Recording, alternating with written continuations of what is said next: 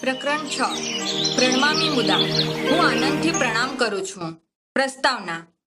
વિગત શતાબ્દીઓમાં સંસ્કૃત સાહિત્ય જેમ સતત રચાતું રહ્યું છે તેમ વર્તમાન સમયમાં પણ સંસ્કૃત સાહિત્ય સતત રચાઈ રહ્યું છે. આ નવીન સાહિત્યમાં નવા વિષયો છે, નવી વિદ્યાઓ છે, નવી નવી સંકલ્પનાઓ છે. આધુનિક સમયમાં રચાતું આ સાહિત્ય ક્યારેક છંદો તથા અલંકારોની ખાસ પરવા કરતું નથી, પરંતુ આ નવીનતાની ઘેલછામાં પ્રાચીન પરંપરાને એકદમ જતી કરી દેવામાં આવી નથી. અધુનાતન સમયમાં પણ પ્રાચીન પરંપરા મુજબનું સાહિત્ય રચાઈ રહ્યું છે. આવા સર્જકોમાં આપણા ગુજરાતના સુપ્રસિદ્ધ વિદ્વાન શ્રી ભગવતી પ્રસાદ દે પંડ્યાનું નામ અગ્રસ્થાને વિરાજે છે. હિંમતનગર પાસે આવેલા રાયગઢના વતની ભગવતી પ્રસાદે પોતાની બાલ્યાવસ્થામાં કાશીમાં રહીને સંસ્કૃતનો અભ્યાસ કર્યો. તે વખતે કાશીમાં થતી વિદ્યાસભાઓમાં તેઓ સ્વરચિત કવિતાઓ પ્રસ્તુત કરવા અને વિદ્વાનોની પ્રીતિ પ્રાપ્ત કરતા રહ્યા. તે પછી તેમણે અમદાવાદ આવીને આધુનિક પદ્ધતિએ અભ્યાસ કર્યો અને વર્ષો સુધી સંસ્કૃત ભાષાનું અધ્યાપન કરાવ્યું. સને 1986માં તેઓ ગુજરાત યુનિવર્સિટીના સંસ્કૃત વિભાગમાં પ્રોફેસર પદથી નિવૃત્ત થયા છે. ભગવતી પ્રસાદ પંડ્યા શીઘ્ર કવિ છે. તેઓ ગમે તે પ્રસંગ કે વ્યક્તિ ઉપર સંસ્કૃત ભાષામાં પદ્ય રચના કરી શકે છે. છંદોબદ્ધ રચના કરવામાં પારંગત ભગવતી પ્રસાદ પંડ્યાએ સ્વાનતઃ સુખાય કેટલાક સ્ત્રોત રચ્યા છે, તો કેટલાક આધુનિક લયમાં ગાઈ શકાય તેવા કાવ્યો પણ રચ્યા છે. અહીં તેમણે દેવી શારદાની વંદના માટે રચેલા 6 પદ્યોને પસંદ કરીને મૂકવામાં આવ્યા છે. આ પદ્યોમાં પ્રથમ 3 ઉપજાતિ અને શેષ ટોટક છંદમાં નિબદ્ધ છે. પ્રથમ પદ્યમાં સરસ ચમત્કૃતિ છે. કુંભકર્ણ બ્રહ્માની સ્તુતિ કરે છે. એથી બ્રહ્મ પ્રસન્ન તો થાય છે, પણ જ્યારે પ્રસન્ન થયેલા બ્રહ્મા પાસે કુંભકર્ણ વરદાન માંગે છે ત્યારે મા શારદા તેને યુક્તિપૂર્વક બદલીને ઇન્દ્રાસનની જગ્યાએ નિદ્રાસન બોલાવે છે. આવા શારદાને સ્મરવામાં આવ્યા છે.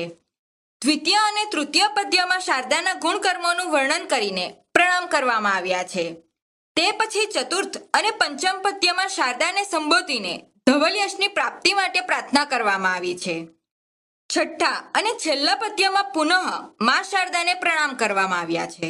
યદેવ દૈત્યઃ ખલુ કુંભકર્ણ ઇન્દ્રાસનમ કામયતે સજિહ્નમ નિદ્રાસનમ યાચયતે યંબવા તામ દેવરાજ પ્રણુતા સ્મરામી. જ્યારે કુંભકર્ણ દાનવ ઇન્દ્રાસન મેળવવા કામના કરે છે ત્યારે જ ખરેખર જે માતા સરસ્વતી તેની વાણીને ફેરવીને નિદ્રાસન માગવા પ્રેરણા આપે છે. દેવરાજ ઇન્દ્ર વડે જેમને પ્રણામ કરવામાં આવ્યા છે તેવા તે દેવી સરસ્વતીનું હું સ્મરણ કરું છું. શ્વેતાભ પદ્માસના રાજમાનામ દિવ્ય પ્રભામ જ્ઞાન ગુણ પ્રવાહામ સરસ્વતીમ સારસ્વતીમ તામ છાત્રોમ નિતાંતમ પ્રણામામી દેવીમ. શ્વેત આભાવાળા કમળરૂપી આસન પર વિરાજતા દિવ્ય પ્રભાવાળા જ્ઞાન અને ગુણના પ્રભાવથી યુક્ત એવા વિદ્યાના દેવી સરસ્વતીને તેમજ સાર તત્વથી સભર નદી દેવી સરસ્વતીને હું શિષ્ય સદા પ્રણામ કરું છું. મુદા ધરમતીમ સ્ફટિકાક્ષ માલામ સદા હસંતીમ વિબલા નેત્રામ સુસંસ્તુતા ભાવુક ભક્તિ ગીતે છાત્રો નિતાંતી પ્રણમામી દેવીમ. મૂલ્યવાન શ્વેત સ્ફટિકના મણકાની માળાને પ્રસન્નતાપૂર્વક ધારણ કરનારી, પવિત્ર કમળ સમાન નેત્રોવાળી, સદા હસતી, ભાવિક ભક્તજનોના ગીતોથી સારી રીતે સ્તુતિ કરાયેલી તે દેવી સરસ્વતીને હું શિષ્ય સદા પ્રણામ કરું છું. સ્વર્દે સુખંદે ભયદે ધંદે શરણાગત ક્ષય કાર્યરતે જગદીશ્વરી દેવી સરસ્વતી રે મયી ધેય યશો ધવલમ વિમલમ. હે વરદાન આપનારા, હે સુખ સમૃદ્ધિ આપનારા, હે નિર્ભયતા આપનારા, હે ધન સંપત્તિ પ્રદાન કરનારા, હે શરણે આવેલા લોકોના રક્ષણ કરવાના કાર્યમાં મગ્ન રહેનારા એવા હે દેવી જગદીશ્વરી માતા સરસ્વતી મારામાં નિર્મળ શ્વેત યશને ધારણ કરાવો. ભવતાપ હરે લલિતે મધુરે શ્રુતિ જ્ઞાન કરે વિદિતે સુખદે ભવભૂતિ કરે ભવતુષ્ટિ પ્રદે મયી ધેય યશો ધવલમ વિમલમ. હે સંસારના તાપને હરનારા, હે લાલિત્યથી પૂર્ણ દેવી, હે મધુરા, હે વિજ્ઞાન આપનારા, સુપ્રસિદ્ધ એવા હે સંસ્કારનું કલ્યાણ કરનારા, સંસારને તેમજ શિવને સંતોષ આપનારા હે સરસ્વતી દેવી મારામાં નિર્મળ શ્વેત યશને ધારણ કરાવો.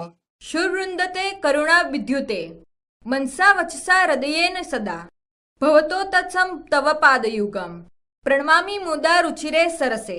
દેવગણો વડે મન, હૃદય અને વાણીથી સર્વદા નમન કરાયેલા હે દયાના સાગર રૂપ, સંસારરૂપી સાગરને પાર ઉતારનારા, નૌકા સમાન તમારા ચરણ યુગલને હે મનોહર મધુર દેવી હું આનંદથી પ્રણામ કરું છું.